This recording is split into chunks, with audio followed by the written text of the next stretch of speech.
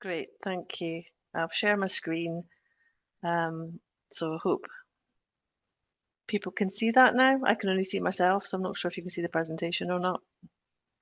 We can see you. Good. Good. I hope you can see the presentation. That's good. So yeah, I'm Vikki Carpenter. I'm Development Officer with a remit for policy with the CLD Standards Council. And I've been asked today to speak about what the CLD Standards Council does for practitioners, youth work practitioners specifically across Scotland. It was really good to hear Leigh talk about some of the work that National Youth, the NYA are doing, and touching base with what we're doing up here, because we are kind of leading the way with regards to some of the bits and pieces we do as a collective, and obviously he talked about the standards, the qualifications, apprenticeships, and also about the public register, which is something we've been working with them to help bring that on in England. So that was really good to hear him say that as well. I know I've been given 10 minutes and we're running behind, so I do like to talk, so I will crack on, and here we go. So the Standards Council is the professional body for people who work or volunteer in community learning and development, so CLD across Scotland. So as a member-led organisation, we've got a growing membership of approximately just over 3,000 members. We have an executive committee and 3 functioning committees, all made up from our members.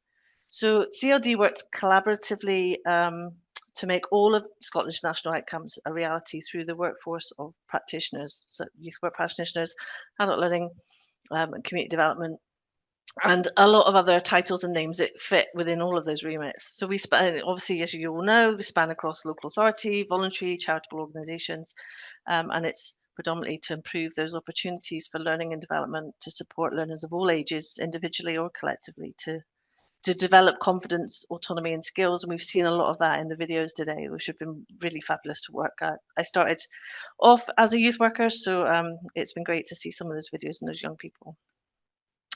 So as the Standards Council, we've got 5 strategic priorities to support the sector regarding quality assurance, which is our approvals of qualifications and training.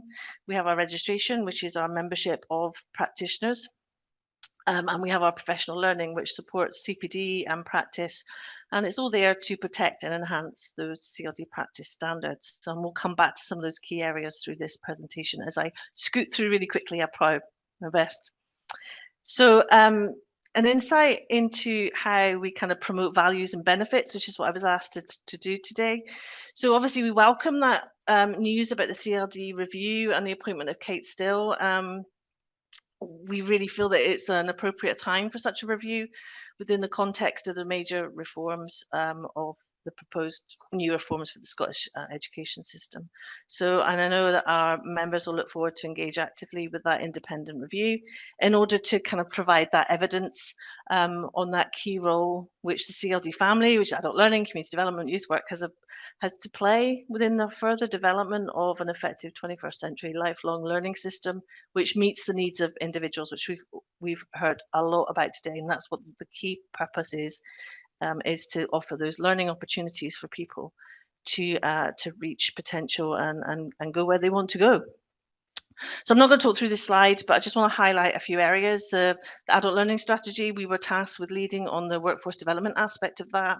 Obviously, you know, a lot of that's been put on hold with this review coming forward. But as an example, we created the adult learning NOS, and we looked at the workforce standards and training. And we have a standard kind of setting role, if you like, through approvals of CLD qualifications from CQF levels 1 and 2 through to degree, postgrad and masters. So we support regional CPD consortia. So there's 5 teams across Scotland which bring together kind of practitioners across local authority and third sector. We also do a bit of research, and most recently, we've been at CERA, which is the Scottish Educational Research Association, as well as raising profile for CLD and awareness by presenting at national conferences such as the ADAS and COSLA conferences that we've been at recently to promote and raise a profile of the work of youth work and adult learning and community development across Scotland. As Leigh talked about, with the public register, we have a public register of members which declare that CLD is an open and proud profession.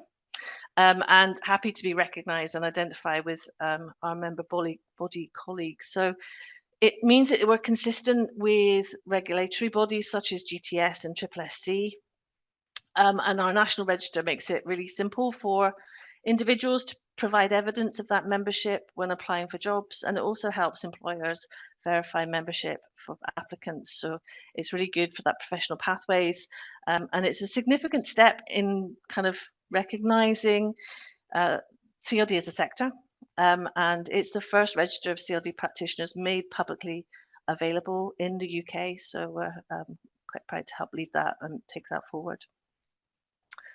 Part of our work and a lot of the things that I do impacts on raising CLD profile as a sector. So we get in and about legislation and policy which impacts on youth work. We work quite closely with our CLD policy teams in Scottish Government and Education Scotland, as well as other kind of strategic partners. There's a list here of example of the policy developments that we've been involved in recently, and YouthLink as well. You know, I think we work quite well together, driving that, you know, raising the standards, flying the flag, and getting the learner voice and practitioner voices in and about these policies, so that we can help shape and inform them, so that the impact on the work that we do and we get that strategy support. It's not always the outcomes we want, but we try our best and we keep prodding that forward. So, and part of the reason we do that is we really believe strongly that it's really important that CLD and practitioners' voices, as well as learner voices, inform that legislation. You guys are there on the ground working and knowing what's happening, and it's really important that that then informs those strategic policies and legislation that is there to support that. And that's what today is all about, that. And that's across all three thematics of CLD, so adult learning, community development and youth work. This is a snapshot of the most delivered courses on offer to practitioners. It's not everything, but it's a broad outline at the moment across Scotland. So apologise if this slide's difficult to read, but you'll get the presentation out to you from YouthLink afterwards. But to kind of highlight a current issue, we have an abundance of qualifications at level 6. And it's how we create those pathways between linkings level 6 up to kind of level 9 and 10, that those professional degree levels. So it's making those connections and stepping stones, and that's some of the work that we're currently trying to do. The community development SCQF 5 and 6 is about to be reviewed, and we've been working quite heavily in the last wee while on the modern apprenticeship for youth work, so that's been really, really good.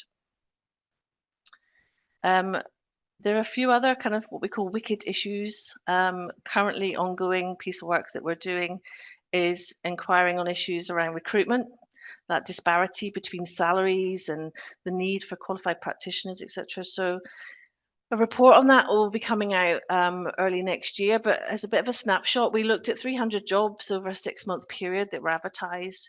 Those jobs had over 115 different job titles, and that only really impacts negatively on that identity of us as a profession, on our profile, and also on the standards. You know, it's really important that we have that identity as a body and as a sector. So regardless of really the job title you have, whatever sector and area of CLD you work in, what holds us together is that professional practice, and we need to make sure that that's really evident moving forward. I was asked to talk about values and professional standards, and as a values-based profession, these values shown are ones that were adopted by the CLD Standards Council, and they underpin practice of practitioners. The CLD competencies actually provides that framework for practice, and it can be used in a number of ways by practitioners, by young people, by project development, by employment, by recruitment. But ultimately, it's how we practice, and it needs to be directly informed by why we're doing it. And that CLD Code of Ethics provides the means for us to make that connection. So this is who practices CLD in Scotland, who practices youth work.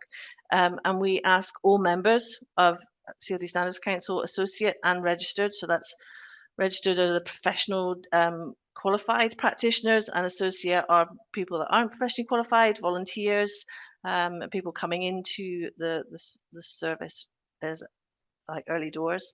But we ask them to commit to this on becoming a member with us. And kind of this is another way that we promote those values and benefits, as well as try and quality assure our sector as a profession, because that's really important to keep pushing that parity of esteem within that education remit.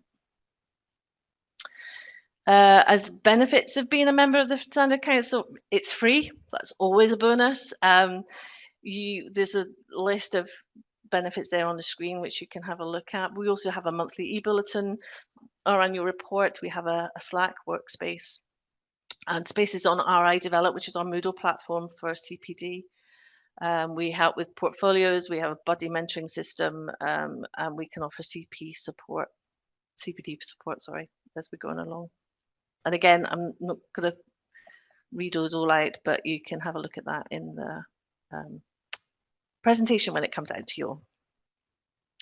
So here are just some kind of quotes of our members and some information from practitioners about what we do. Some of them are around some of the CPD forums. We have an equality, diversity and inclusion members-led forum where we have that. We create a kind of online safe space for practitioners throughout the 3 thematics to come together and kind of just unpick and ask questions around a topic. So that could be, you know, like building racial literacy, it could be understanding white privilege, it could be working with traveling communities, understanding what it's like to Jewish youth work, a whole range of things, you know, enabling disabled learners. We've done a whole range of things, and it's just about creating that space for people to come together and ask questions that will inform their practice and really make an impact for that. So if you're not a member, come and join us. More members, more clout. And along with YouthLink, we do work really hard to try and make sure that that voice of our practitioners and the learners and communities that they support are really heard to keep further the strength of the sector. And obviously, that's really, really important with this CLD review that's right there on the edge of our landscape. That's hopefully going to be running between January and June. I think is the 6 months it's going to be up and going for. So come and join us, come and have a voice and jump in. That's me. I'll just scoot through that quite quickly. I hope that was okay.